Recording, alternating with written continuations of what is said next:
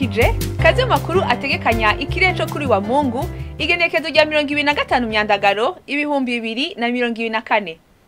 Ejo mu gitondo hategekanywa ko hazokwaka izuba rimwo ibicu bikeya mu ntara zose zigize igihugu cacu kiretse mu ntara za Mwaro, Gitega, Muramvya, Kayanza na Ngozi aho ikirere kizoba kirimwo ibicu vyinshi.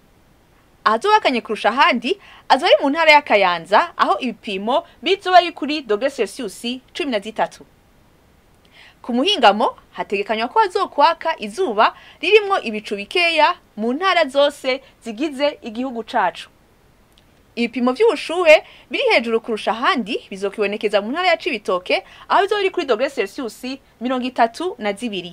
Ejo mu gitondo hategekanywa ko izuba rizoseruka isa 12:04 rirenge isa 12:05 zo ku mugoroba. Aha niho hagarukiye amakuru atekanya ikirere cyo kuri uyu w'Imana mwayateguriwe n'ikigo kijejwe ibirere ca Ijebu yari Fiona Tiro ry'inka ayabashikirije naho utaha.